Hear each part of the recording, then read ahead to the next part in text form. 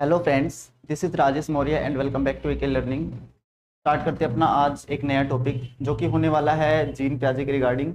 तो जीन प्याजे ने एक थ्योरी दी थी कोग्निटिव डेवलपमेंट की, जो कि बहुत इंपॉर्टेंट होती है एग्जाम के पॉइंट ऑफ व्यू से। आज हम उसी थ्योरी को डिस्कस करने वाले हैं। हेडिंग डालेंगे gene Piaget's cognitive development theory. ठीक है, हेडिंग डालेंगे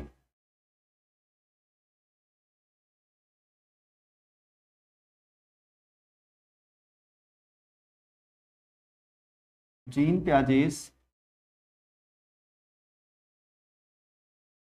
थ्योरी ऑफ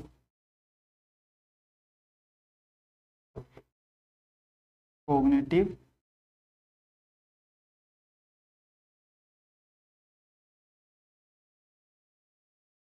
ये आपकी हेडिंग होने वाली है।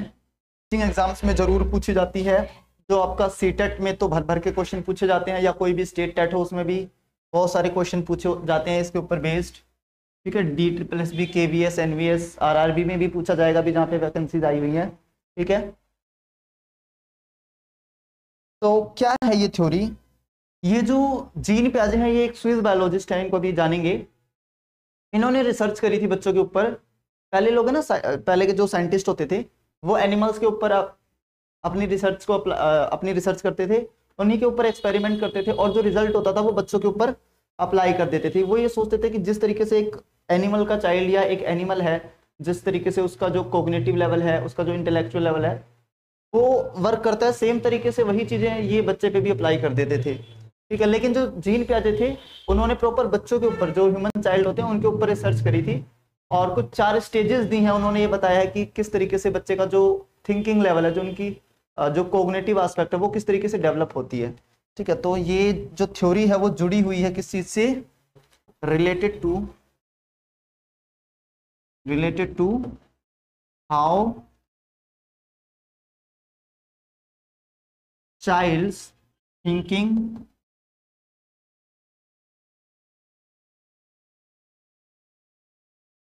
डेवलप। ये इस थ्योरी में बात की गई है। जीन प्याजे ने क्या बताया है, इस थ्योरी के माध्यम से हमें समझाने की कोशिश करिए कि किस तरीके से एक जो बच्चा होता है उसका थिंकिंग लेवल डेवलप होता है। इसमें इन्होंने कुछ 4 अपने स्टेजेस दी हैं, जिसके थ्रू बताया है कि किस स्टेज में, किस एज के अकॉर्डिंग बच्चे का जो थिंकिंग लेवल है वो कहाँ तक पहुंच जाएगा। ये सब बातें इन्होंने करी है अपनी आगे वाली स्टेजेस में। जो 4 इन्होंने स्टेजेस दिए हैं उसको भी हम डिस्कस करेंगे। ठीक है, तो ये थ्योरी किसके रिगार्डिंग है? देखो, कोग्निटिव डेवलपमेंट की बात कर रहे हैं जीन प्याजे। तो पहले हम थोड़ा सा कोग्निटिव डेवलपमेंट के बारे में समझ लेते हैं, जो मैं पहले आपको बता चुका हूं, बट उतना इलेबोरेट करके नहीं। बट बताया था ना, फर्स्ट जो हमारी वीडियो थी उसमें भी जब हमने कोग्निटिव डोमेन पढ़ा था तो वहां पे एक्सप्लेन किया था मैंने। अब यहाँ एक बार दोबारा से समझ लेंगे, उसके बाद फिर हम जीन प्याजे के बारे में भी थोड़ी सी चीजें जान लेंगे, क्योंकि जिसकी हम थ्योरी पढ़ने जा रहे हैं उसके बारे में कुछ तो हमें नॉलेज होनी चाहिए। अगर एग्जाम में कुछ पूछ लिया जाए तो हम उसका आंसर कर सकें। ठीक है, तो अब हम बात करते हैं कोग्निटिव डेवलपमेंट की कि कोग्निटिव डेवलपमेंट होता क्या है। कोग्निटिव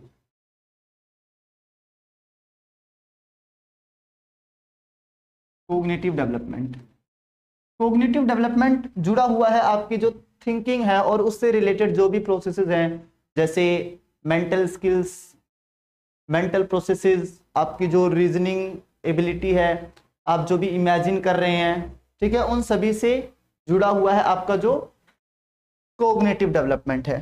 ठीक है, तो कोग्निटिव को आप क्या कह सकते हो? थिंकिंग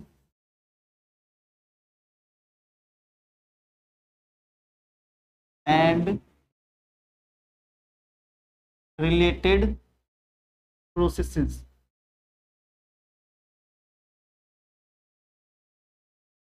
थिंकिंग और उससे जुड़े हुए जो भी प्रोसेस है उनको कोग्निटिव डेवलपमेंट के अंदर रखा जाता है, जैसे कि मेंटल प्रोसेसेस हो गया।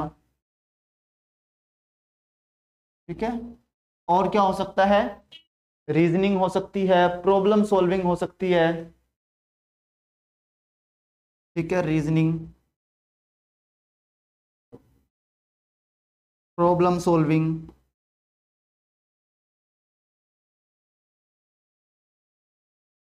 प्रॉब्लम सॉल्विंग हो गया, या इमेजिन आप चीज़ों को कर रहे हैं, किस तरीके से कर रहे हैं, वो भी आपके इंटेलेक्चुअल डेवलपमेंट या हम कहें कोग्निटिव डेवलपमेंट से जुड़ा हुआ है। इमेजिन, तो ये सारी चीज़ें मैंने जो बोर्ड पर लिखी हैं, आपकी थिंकिंग, चिंतन, उससे जुड़े हुए जितने भी प्रोसेस हैं, जो भी मेंटल प्रोसेस है आपकी, आप जो रीजनिंग लेवल आपका जो होता है, जो आप रीजनिंग करके सोल्व करते हो, प्रॉब्लम सॉल्विंग, क्रिएटिविटी भी आपके कोग्निटिव से ही जुड़ी हुई है। इमेजिन आप जो भी चीज़ें कर रहे हो, मतलब जो भी आपका ब्रेन रिलेटेड जो भी प्रोसेसेस हैं, उन सभी को क्या बोला जाता है, कोग्निटिव। ठीक है, उन सभी को कोग्निटिव के अंदर रखेंगे। ये क्या है, आपके brain related processes, brain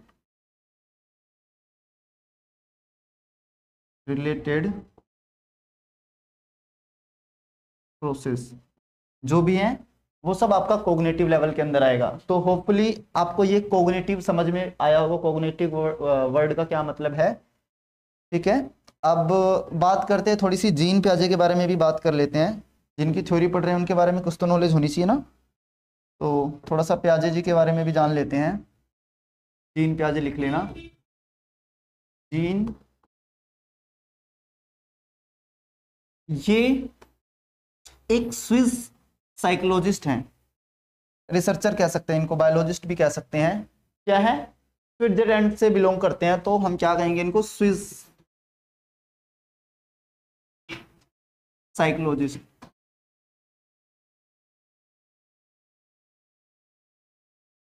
Swiss psychologist, ठीक है।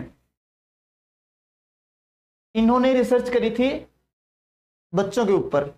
अभी मैंने आपको पहले बताया था क्या, जैसे पहले के जो साइंटिस्ट होते थे, जो साइकोलॉजिस्ट होते थे, रिसर्चर्स जो होते थे, वो एनिमल्स के ऊपर अपना एक्सपेरिमेंट ट्राई करते थे, बट इन्होंने चाइल्ड के ऊपर करा था। ठीक है ना, तो एक्सपेरिमेंट ऑन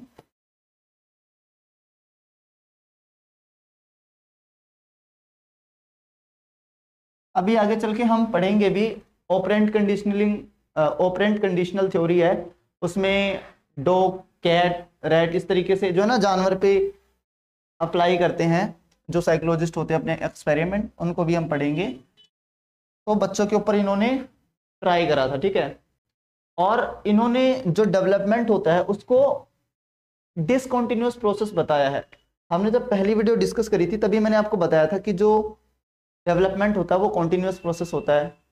कुछ मैंने आपको वर्सेस भी करवाया था, है ना, इसमें उसको आगे डिस्कस कर लेंगे। तो इन्होंने स्टेजेस की बात करी है। ठीक है, मैंने आपको बताया था जो लोग डेवलपमेंट को डिसकंटिन्यूअस बताते हैं वो स्टेजेस में बात करेंगे, और जो कॉन्टिन्यूअस बताते हैं उनके अकॉर्डिंग कोई भी स्टेज नहीं होती, वो अपना कंटिन्यूअस रहता है। ठीक है, तो इन्होंने डिसकंटिन्यूअस बताया है। क्या बताया है, डेवलपमेंट इज डिसकंटिन्यूअस। डेवलपमेंट को क्या बताया इन्होंने, डिसकंटिन्यूअस बताया है।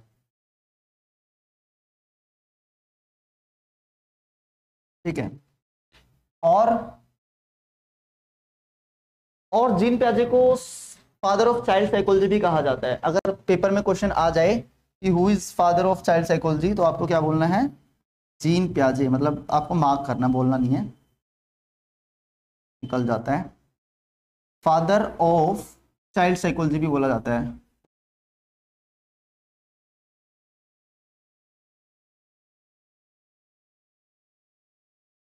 जीन पियाजे की थिंकिंग क्या है, जीन पियाजे क्या कहते हैं कि जो बच्चा होता है उसका जो कोग्निटिव लेवल होता है वो एज के अकॉर्डिंग मैच्योरेशन से होता है, मतलब मैच्योरिटी के अकॉर्डिंग उसकी जो थिंकिंग होती है ना वो धीरे धीरे इंप्रूव होती रहती है।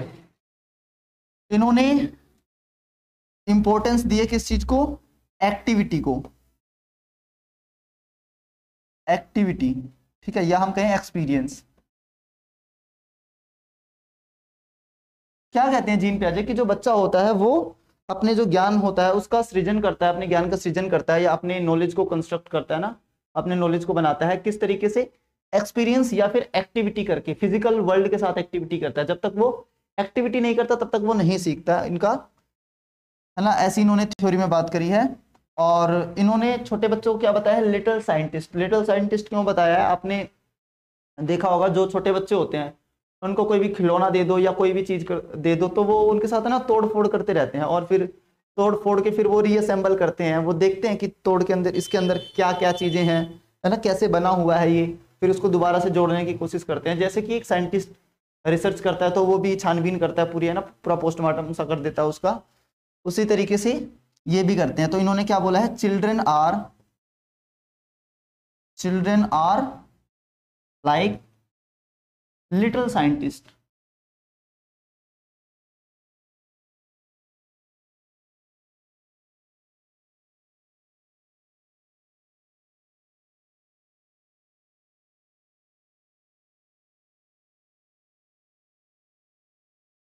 तो ये बात हुई जीन पियाजे की, कुछ हमने फैक्टर्स को जाना जीन पियाजे के।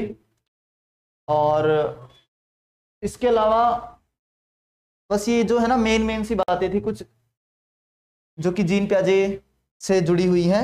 अब हम बात करते हैं कि ये जो इन्होंने कोग्निटिव डेवलपमेंट की थ्योरी दी है, क्या होता है कोग्निटिव डेवलपमेंट्स, ठीक है, मतलब इनके अकॉर्डिंग क्या होता है कोग्निटिव डेवलपमेंट, किस तरीके से बच्चा जो होता है सोचता है, थिंक करता है। इन्होंने क्या बताया,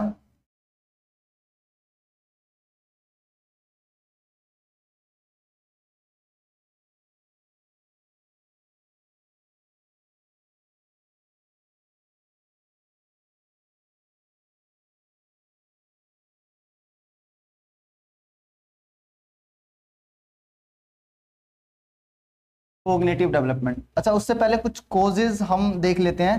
जीन पियाजे ने कुछ रीजन बताए, जीन पियाजे ने, कि क्यों जो बच्चे का कोग्निटिव डेवलपमेंट है वो होता है, मतलब किन किन चीजों की वजह से, ठीक है, रीजन बताया कि किस किस वजह से हो सकता है। तो पहले कुछ कोजेज जान लेते हैं।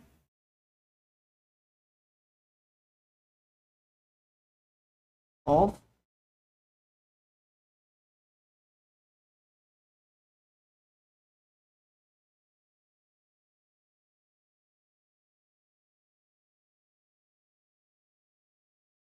इन्होंने एज को इंपॉर्टेंस दी है, मतलब मैच्योरिटी लेवल होने के बाद बच्चा अपने आप सीख जाता है, उसका जो थिंकिंग होती है वो धीरे धीरे अपने आप डेवलप होती रहती है, ठीक है। तो इन्होंने एज को या बायोलॉजिकल मैच्योरेशन,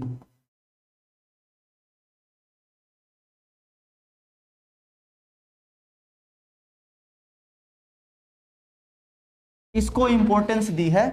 क्या बताया है कि बच्चे की जैसे जैसे एज बढ़ेगी ना, बच्चे के अंदर जो थिंकिंग है वो डेवलप होती जाएगी, ठीक है, इसकी बात इन्होंने करी है। और इन्होंने क्या बात करी है, मतलब ये तो रीजन था, और इन्होंने और क्या रीजन बताया, एक्टिविटी, है ना, activity with physical world, physical world, बच्चा जो है ना फिजिकल वर्ल्ड मतलब कि एक्टिविटी करके सीखता है। जो बच्चे की थिंकिंग प्रोसेस डेवलप होती है वो एक्टिविटी के थ्रू होती है, एक्सपीरियंस करके सीखता है। बच्चे तोड़े फोड़ेगा चीजों को, उनको वापस ठीक करेगा, उसको कुछ भी दे दो वो ऐसे ही करता है। तो वो क्या होता है, फिजिकल वर्ल्ड, उसके सामने जो चीजें दिख रही होती हैं, जो कॉन्क्रीट चीजें होती हैं, उनके साथ एक्सपेरिमेंट करता रहता है बचपन में, और फिर वो धीरे धीरे जैसे जैसे बड़ा होता है तो उन्हीं एक्सपीरियंसेस के बेस पे वो चीजों को सीखता रहता है, ठीक है ना। जैसे मान लो बच्चे ने पहली बार बॉल देखी फॉर एग्जांपल, ठीक है ना, उसको नहीं पता कि वो क्या चीज है, बच्चे ने देखी बॉल और फिर वो उसको खाने की कोशिश कर रहा है।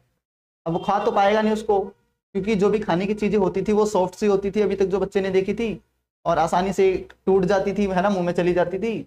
लेकिन जब उसने बॉल देखी तो क्या हुआ, बॉल को खाने की कोशिश कर रहा था लेकिन बॉल है ना उससे कटी नहीं। तो फिर उसके पेरेंट्स ने बताया उसको कि खाने की चीज नहीं होती। वो अभी उसके मतलब वो बोल तो सकता नहीं, बहुत ज्यादा छोटा होगा, मान लो 8-9 महीने का होगा, ठीक है, तो बोल तो सकता नहीं। फिर उसको पेरेंट्स से बॉल पटक के दिखा रहे हैं, तो फिर वो थोड़ा थोड़ा वहां से सीखेगा कि अच्छा ये फेंकने की चीज है, जब इसको जमीन पे फेंकेंगे तो वो ऊपर उछलेगी, इस तरीके से।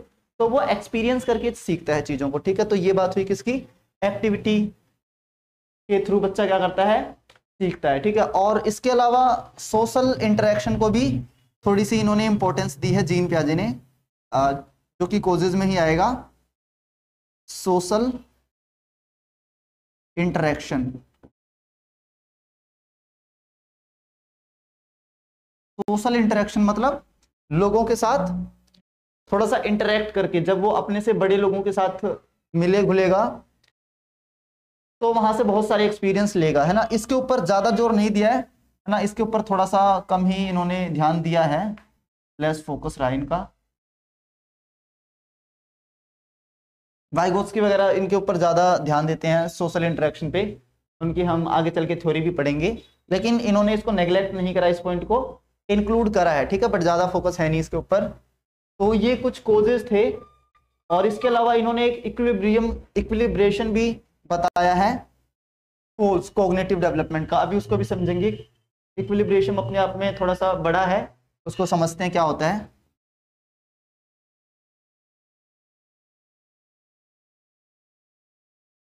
इक्विलिब्रेशन, तो ये कुछ चीजें बताई हैं। इक्विलिब्रेशन क्या है? जब आप एक कंफ्यूजिंग वाली स्टेज से एक बैलेंस वाली स्टेज में जाते हैं तो उसको बोला जाता है इक्विलिब्रेशन, अभी इसको भी समझेंगे आगे। तो ये कुछ कोजेस बताए हैं जीन पियाजे ने डेवलपमेंट, जो कोग्निटिव डेवलपमेंट है उसका, ठीक है। जैसे एज के अकॉर्डिंग बच्चा सीख जाएगा, बच्चा फिजिकल वर्ल्ड के साथ एक्सपीरियंस करके एक्टिविटी करके सीखेगा तो कोग्निटिव लेवल बढ़ेगा, ठीक है। सोशल इंटरेक्शन करके करेगा, और इक्विलिब्रेशन के थ्रू। अब हम बात करते हैं इस टर्म की, इसको थोड़ा सा समझ लेते हैं, ठीक है।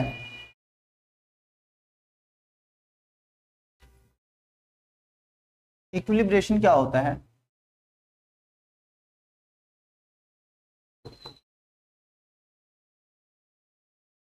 इक्विलिब्रेशन देखो, दो चीजें हैं, ध्यान से देखना इस चीज को।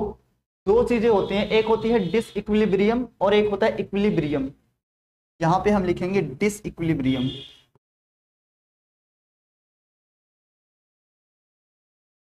डिसइक्विलिब्रियम, और यहां पे लिख दिया इक्विलिब्रियम।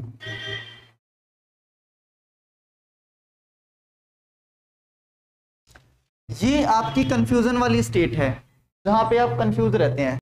अभी इसको भी और डीप में समझेंगे एग्जांपल्स के थ्रू, जब हम इनको करेंगे तो और ज्यादा अच्छे से समझ में आएगा।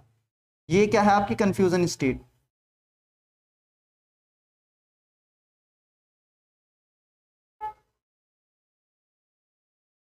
कंफ्यूजन स्टेट कंफ्यूजन वाली अवस्था है, और ये क्या है? Balance state. Balance state, balance state क्या होता है? मान लो आपने, है ना, या एक छोटे बच्चे ने, क्योंकि चाइल्ड डेवलपमेंट, चाइल्ड के जो कोग्निटिव की बात कर रहे हैं, चाइल्ड के थ्रू ही समझते हैं। देखो, एक छोटा बच्चा होता है, मान लो उसने, है ना, पहली बार रास्ते में जाते हुए अपने पेरेंट्स के साथ कोई छोटी सी कैट देखी, छोटी सी बिल्ली देखी, या एक मान लो डॉगी देखा बच्चे ने, ठीक है। तो उसके पेरेंट्स ने बताया उसको, बच्चा पूछ रहा था, उनसे पूछेगा कि ये क्या है, तो पेरेंट्स बताएंगे ये इसका नाम डॉग है, मतलब ये डॉग होता है, इसके 4 पैर होते हैं, एक पूंछ होती है, भाव भाव करता होगा, है ना, भाव भाव करते भी मान लो सुन लिया।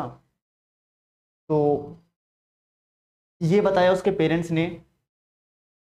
फिर कुछ टाइम के बाद उसने एक, है ना, बड़े से मान लो गाय को देखा या एक सांड को देखा, तो उसको भी वो क्या कहेगा कि देखो बड़ा वाला डॉगी जा रहा है। क्यों? क्योंकि बच्चा उसके फिजिकल कैरेक्टर के, जो उसकी फिजिकल कैरेक्टरिस्टिक्स है, जैसा उसको अभी दिख रहा है, उसके बिहाफ पे उसने जज करा कि वो जो हमने पहले वाली चीज देखी थी, जो डॉग थे, उसके भी 4 पैर थे, एक पूंछ थी। ये जो गाय या सांड है, इसके भी 4 पैर हैं, एक पूंछ है, लेकिन इसका साइज बड़ा है, वो देख रहा है, तो वो क्या बोलेगा उसको? बड़ा डॉगी। तो पहली बार जो ये कंफ्यूजन वाली स्टेट क्या है कि उसने जब गाय को देखा तो उसने उसको डॉगी बोला, तो वो कंफ्यूज हो गया यहाँ पे, ठीक है। लेकिन अब बैलेंस स्टेट क्या होगी, या इक्विलिब्रियम क्या होगा? जब उसके पेरेंट्स उसको बताएंगे, टाइम के साथ जैसे जैसे वो बड़ा होगा वो खुद ही सीख जाएगा कि ये जो है ना दूसरा एनिमल होता है, और ये डॉग से काफी अलग होता है। डॉग हमें मिल्क नहीं देता, मतलब बिच देती है वैसे तो, है ना, बिच तो देती है, बट जो गाय होती है उसके फीचर्स अलग होते हैं, वो अलग चारा वगैरह खाती है, वो अलग अलग चीजें खाती है, वो गोबर देती है ना, उसके गोबर का यूज किया जाता है, बहुत सारे फीचर समझेगा उसके। और डॉगी के फिर वो अलग फीचर समझेगा कि जो डॉगी होता है वो बोन्स वगैरह खाता है, हड्डियां वगैरह खाता है, दूध वगैरह पीता है ना। इसके कैरेक्टरिस्टिक्स अलग हैं, उसके कैरेक्टरिस्टिक्स अलग हैं। ये सारे फीचर समझने के बाद बच्चा क्या हो जाएगा, इक्विलिब्रियम यानी कि बैलेंस स्टेट में। तो यहां से यहां तक पहुंचने का जो प्रोसेस है, ठीक है ना, यहां से यहां तक पहुंचने का जो प्रोसेस है, इसी को बोला जाता है इक्विलिब्रेशन। क्या बोला जाता है? इक्विलिब्रेशन। इतनी बात आपको समझ में आई?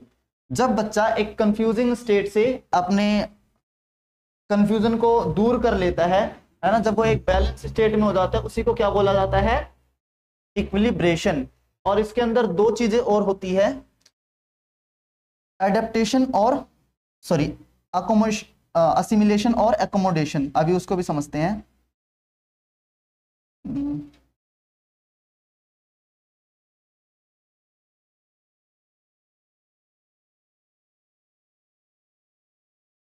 इक्विलिब्रेशन यहां पे करना।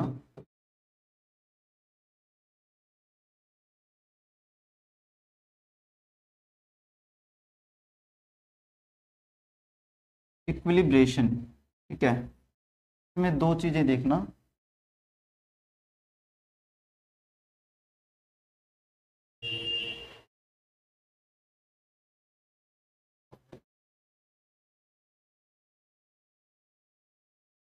एक आपका अडेप्टेशन, ठीक है, और इधर है ऑर्गेनाइजेशन।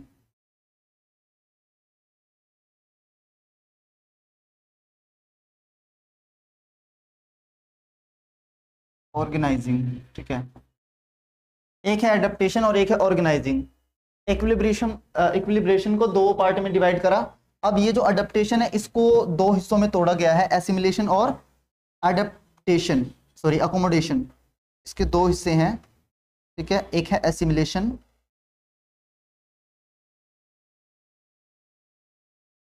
एसिमिलेशन और एक है अकोमोडेशन।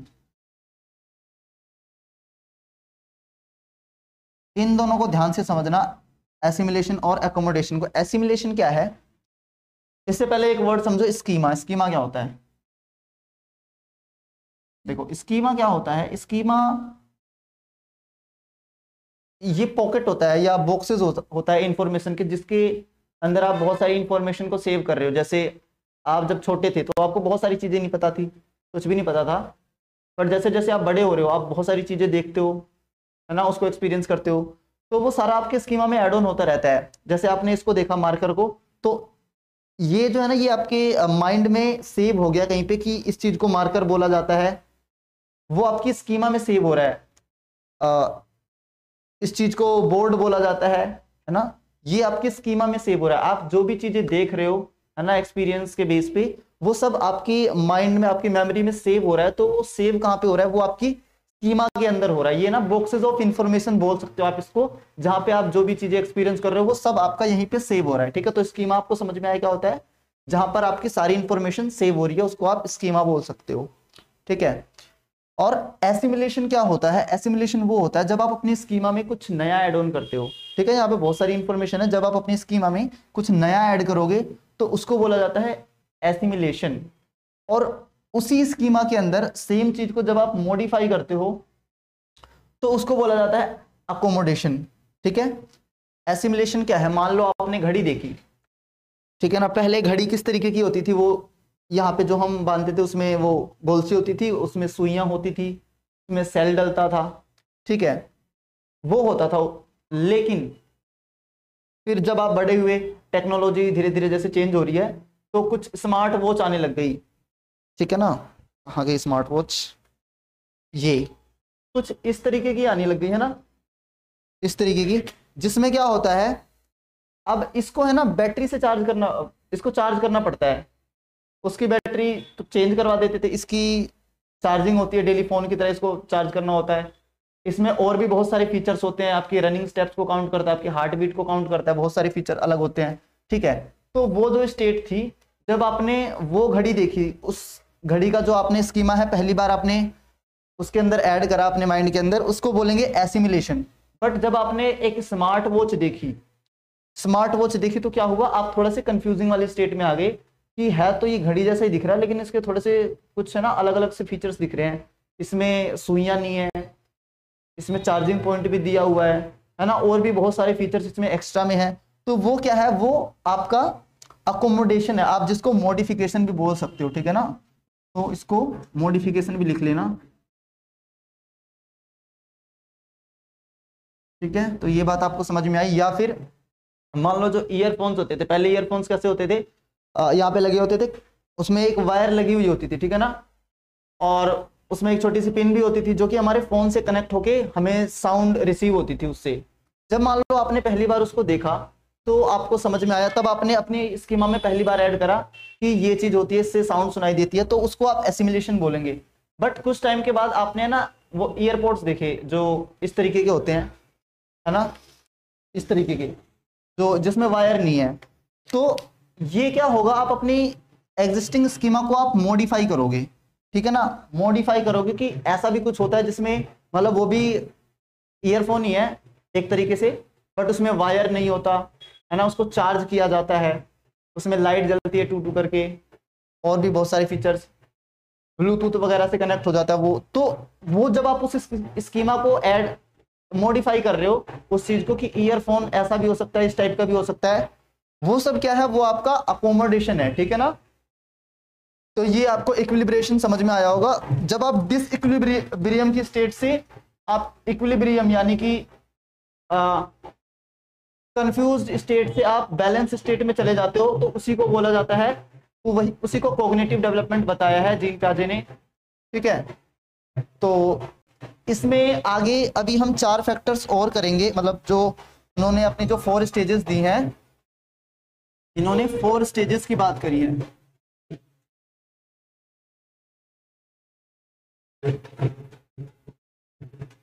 कॉग्निटिव, ठीक है ना। तो ये उन्होंने 4 स्टेजेस दी हैं जीन पियाजे ने, उसको हम नेक्स्ट वाले वीडियो में डिस्कस कर लेंगे, ठीक है। तो होपफुली आपको ये वाली वीडियो पसंद आई होगी, तो इस वीडियो को आप लाइक शेयर कर सकते हो, ठीक है, चैनल को सब्सक्राइब कर सकते हो। मिलते हैं फिर नेक्स्ट वीडियो में।